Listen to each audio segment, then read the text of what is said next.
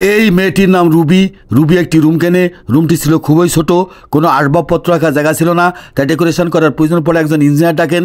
Engineer এসে প্রথমে সুন্দর একটি খাট তৈরি করেন, খাটের উপর কোল বিছানা বিছিয়ে দেন, খাটের পাশে বক্স সহ সুন্দর একটি শোকেস তৈরি করেন, শোকেসের ভিতর নিত্য প্রয়োজন জিনিসপত্র রাখেন এবং আটকে দেন, শোকেসের নিচে মোবাইল চার্জ দেওয়ার ব্যবস্থা করে দেন এবং অন্যান্য জিনিসও রাখেন। খাটের উপর থেকে যাতে মেঝে না পড়ে যায় সে ব্যবস্থা করে দেন। খাটে ওঠার জন্য সিঁড়ি তৈরি করেন, সিঁড়িতে ডয়ার তৈরি করেন, প্রত্যেকটি ডয়ারে প্রয়োজন জিনিসপত্র রাখেন এবং তার ভিতরে ঢুকাই দেন।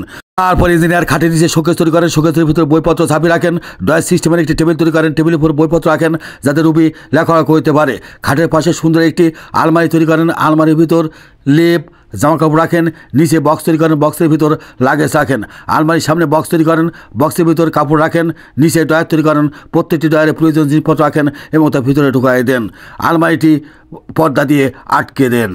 টাকা না মাকে বেশি ভালোবাসেন? যদি মাকে বেশি ভালোবাসেন কমেন্ট বক্সে লিখে দিন আই লাভ ইউ মা। দয়া করে চ্যানেলটিকে সাবস্ক্রাইব করুন এবং বেল বাটনে চাপ দিন।